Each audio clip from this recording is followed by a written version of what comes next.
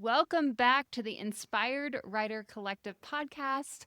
I am your co host, Elizabeth, and I'm joined here with Stephanie. And let's start with a recap of where we each are in our writing. Um, for me, I've been working on my edits. So I got that full draft of the memoir done. As you guys know, I used that 90-day goal setting program, path program that Amanda talked about in a previous episode, and that was really helpful. So now I'm in the editing phase, but it's also the end of school year wrap up. And having a kindergartner, this is my first time really living through this crazy season. I don't remember it being like this at the end of preschool last year, but this has just been really nutty with all sorts of events and all sorts of projects she needs or special outfits to wear, and it's been a lot. Plus my co-parents work has changed and the schedule's changed, so I have more demands for childcare on me, and that means my editing as I'm still doing it. I'm still showing up, but not quite as many hours as I had originally planned. And it is kind of feeling slow. So I'm hoping that as I get into some different chapters, that I don't know, I'll be a little bit more excited about it. Right now, I'm definitely just like showing up, grinding it out, hoping that I don't know, make it through and get some inspiration along the way. But most of my inspiration comes from like being out hiking now that the weather's really nice. So I can't say I've done much there. Um, One thing I have really enjoyed with writing, though, has been adding in these Tuesday email blasts. So we've expanded our email list and um, basically what offerings we have if you join our email list. So it's been really fun to provide a sort of memoir perspective on our Tuesday emails. And we hope you're enjoying, the fun Fridays as you go into the weekend and have a little extra inspiration. And if you're not on our email list yet, please use the link to subscribe so you're getting all of that bonus content throughout the week. We're not just here on Mondays, we're here for you throughout the week, and there's tons of extra content, insights, early stuff that you get access to by being a part of our email list. Stephanie, how's your writing been going? So it's been interesting. May has actually been the first month for me where I've written something every day. And that's not typical. Usually I space it out or I do a big chunk here or a big chunk there. And like you, I also use the Path program from Amanda McKinney to help plan my 90-day chunks of time. And surprisingly, I didn't really plan this extra little bit of writing into my 90 days, but it's a little bit triggered by upcoming shoulder surgery I'm having in June. And that has me feeling a little bit like, oh my goodness, I know that I can talk to my computer and I can talk to my phone and I can use speech to text features, but for some reason, when it comes to writing my novel, that just doesn't feel natural. I can do that all day long with, podcast topics or things for the emails that go out. But when it comes to writing my novel, there's just something about sitting at the computer and being able to write in that way. Because there's that piece in writing fiction of almost channeling the characters. And so that's been really fun. I've really dived in deeper with my characters this month and discovered some new twists and turns in my novel that have been really fun with help with inspiration from you, Elizabeth, with That that. was so So fun. yeah. And that's what I mean, we talk about this all the time about the power of writing in community. And that's really one of those pieces that is so powerful about having someone where if you're stuck, not turning to AI to say, help me with any idea, but, another human being. And that's where that human element is so important to say, hey, I'm stuck here. Like, what would you think of? So that's been super fun is having that collaborative piece. And then the other thing that I did for the first time is I joined a critique group and that felt really scary because I mean, none of us as writers, putting your work out there, you can feel very vulnerable, even if it's fiction, even if it's not about you, it can still feel very vulnerable. Like, do I even meet any standard here with what I'm writing? Mhm. So I joined a critique group, and this episode was inspired by a little piece of critique that I had gotten that I hadn't really thought about in the moment. I kind of was like, oh, okay. But then there was an event that happened to me this past weekend where I was like, oh, okay. Truth is stranger than fiction. And do I really want to make the change in my novel that was recommended because of that? Or do I leave it because I'm writing in the, sort of romantic comedy piece of like, no, like these pieces happen in books like that. And so Elizabeth and I earlier launched into a conversation about that, which started this idea around, well, let's talk about this because it's kind of interesting. And for those of you who don't know, and I had to look this up because it certainly didn't come off the top of my head, but the origin of the phrase truth is stranger than fiction comes from the poet Lord Byron in his poem Don Juan in 1823. It says, "'Tis strange but true, for truth is always strange, stranger than fiction, if it could be told. How much would novels gain by the exchange?" Mhm. So it's kind of interesting because it does lead us into this discussion here. So, Elizabeth, what are your thoughts? Well, for me, of course, my brain goes, well, that's memoir. There's the beauty of memoir because, you could craft all this fiction and stuff, but gosh, the truth is stranger. Like, I don't think I would hope that a writer would not subject their main character to all the trials that I have gone through in my life, right? Even just those that are listed in the memoir versus like those I've actually lived. And in that sense, truth is stranger than fiction. To go through all these massive kind of big changes, trauma, all sorts of things, all in one life. Like I look back at my own story and I'm like, oh wow, how did I survive that? Um, Funny enough, for any of the like astrology nerds out there, I just heard that this full moon in Scorpio that we're like actively having right now for my sign means that I'm at the end of this like 7-year period of all these massive surprise, you know, life changing events that keep me like constantly like swiveling my head and having to pivot. Apparently, that's just not a normal part of life. And that's about to end, hopefully. So when I heard that news, I was like, oh, great. Because the last 7 years have been just one thing after another. And so much of that is chronicled in the memoir I'm writing. But yeah, I like I like that take. And of course, my mind went straight to memoir. What about you, Stephanie? Well, based on our conversation earlier, just thinking about the outlandish events that happen in rom-com novels. And Mm-hmm. it was so cool to think about that because my brain hadn't gone there originally. I just thought I was thinking more about my work and do I keep it? Do I not? But then I did a little bit of, Do you mind summarizing for the listener, like what the scenario was that you painted and how it was related to a real experience you had? oh yeah, absolutely.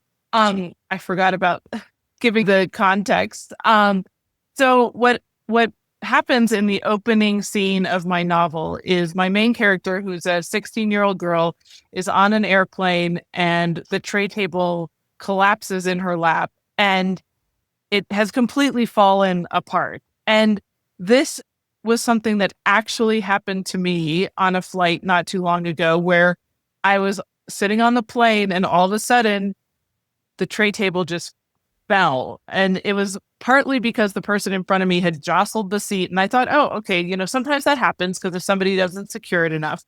So I went to try to secure it only to notice that, in fact, the arms that hold it had fallen off the seat in front of me. The tray table was in pieces, it just, I couldn't even believe it because, I mean, I've flown enough and thought, like, this isn't even believable. But then to make it, the part that made it more unbelievable from the critique group perspective was the fact that I had written into my novel that the pilot was going to be asked to come back and fix it. And in fact, that is what happened to me in my real life experience with, all eyes on me as I'm standing in the aisle along with the others in my row standing there. And the pilot comes walking down the aisle. And fortunately, he was able to put it back together. And so that is the part that the readers in the critique group were like, that's just too outlandish, too crazy. Like, there's no way that any reader would believe that. But in my novel, what it does is it triggers the meeting of the two teenage main characters. They don't, they have an encounter. They don't introduce themselves until later in the novel, but that triggers that encounter. And so that's why, to me, it's an important part of the novel. And as we went on to discuss, there's so many aspects of rom-coms. Even if you think about movies, even if you've never read a contemporary romance book, or but if you've been to any rom-com movie, you know that there are scenes that just have you rolling in your seat laughing because you just can't believe it. But then it creates an emotional connection that draws you into the story.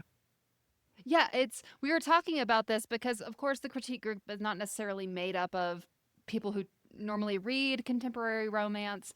But as you brought this, experience to me, as you were telling me about it earlier while we were sitting at the tire shop doing some writing and business planning, um, yeah, I just was like, I think your readers will be totally fine with this. And I was thinking back to all the rom-coms I've seen, and to me, it's the outlandish thing that triggers me as the viewer or the reader to know, oh, this is where, main character guy meets main character girl. Like, it's just that signal of, oh, something really important that's not going to look important right now is happening, and I know to pay attention here because this is part of the, I guess, a trope. I don't know, but like it's part of the formula, honestly, of the rom-com genre. Like I'm getting visions not of a specific movie, but like of like a female character who's like got caught in like this torrential downpour all of a sudden on a sunny day, and she ducks into like an alcove at a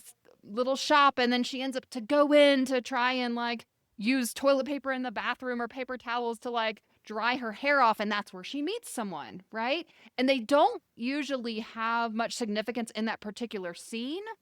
It's not like they suddenly, to go on a date or whatever, but that is like the first time that two characters are meeting each other. And I feel like we as the audience know that because something really kind of, not unbelievable, it's still possible, it's still plausible, but just really kind of uncanny and out of the blue and not ordinary happens. So I told you when we were talking earlier that I think you absolutely are right for having that. And I think your readers will expect that and they'll know how to interpret that. Well, and that also brings up an interesting thing, thinking about the difference between having writers read your work and having readers read your work. And we touched upon this a little bit, and it'll come up in a future episode when we talk about beta readers, which I know you're looking for. And that idea of, who is your audience? Because oftentimes it's not other writers unless you happen to, connect with writers who are specifically in your genre. And so, but going back to some of the outlandish things, I was just thinking about recently I read the book The Bodyguard by Catherine Center. And the outlandish thing in there is you have this very petite woman who is this like highly trained, security person who acts as a bodyguard, and she's assigned to act as a bodyguard for this very flashy movie star. And then she arrives to be the bodyguard thinking that she's just going to be present, kind of keeping an alert eye, only to then be placed in the situation where she becomes the girlfriend because they're at his parents' ranch. And so, it just like, you just almost think like, okay, is this for real?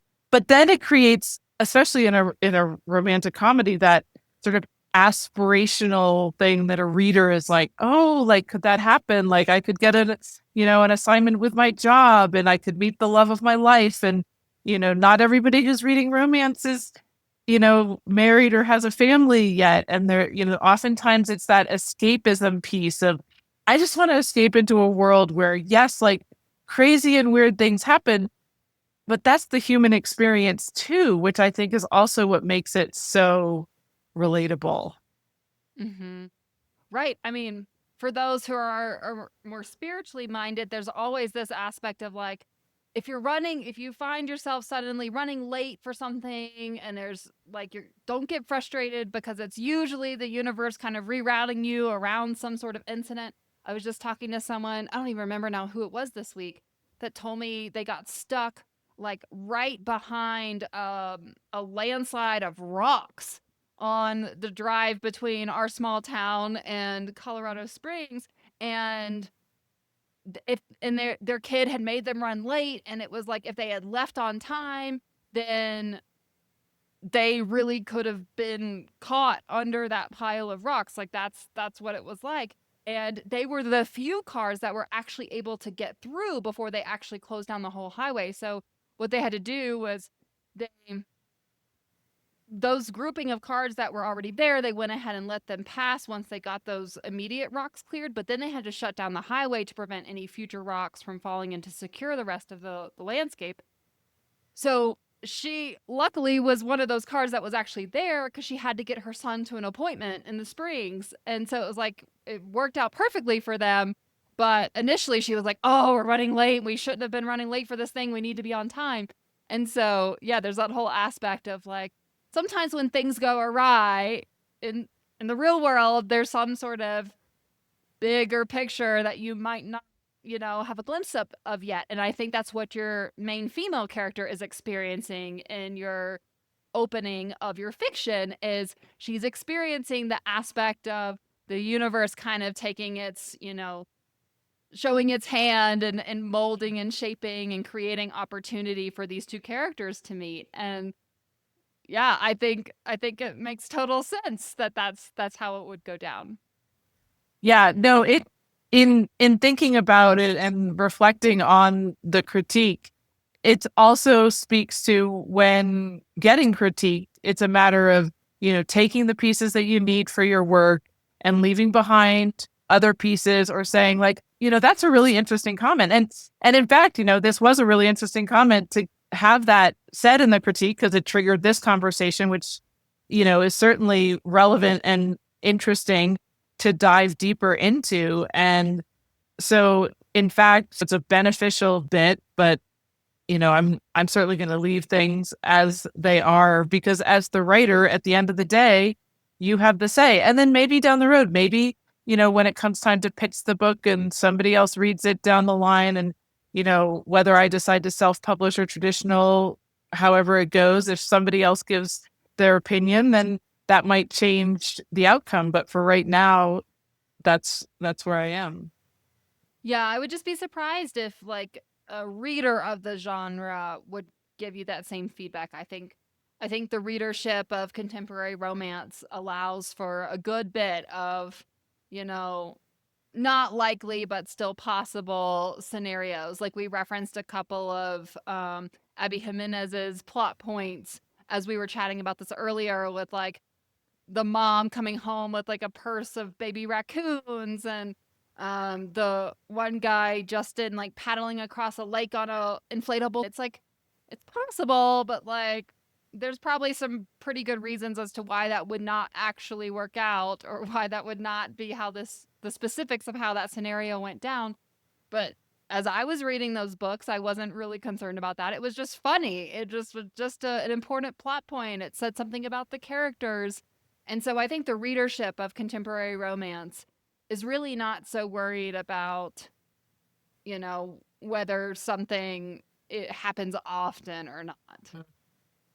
Yeah, absolutely. No, I think, and again, there are different readers in the same way that someone who sits down to read a memoir is approaching that from a different place than, someone reading romance. And I love that you made the connection at the beginning about how memoir just is absolutely this, and all the things you've lived through, and just how relevant those can also be to everybody's experiences. And so it's interesting to take this. And so, listener, as we're wrapping this up here, think about, moments in your own life where truth is stranger than fiction. Could that be something that you could write in, even if you had to tweak it a little bit depending upon the genre you're writing in? But it would be really interesting to hear from you. You can definitely send us a text through the podcast app you're listening on. We've gotten some in the past, and we love hearing from our listeners. And as Elizabeth said at the top,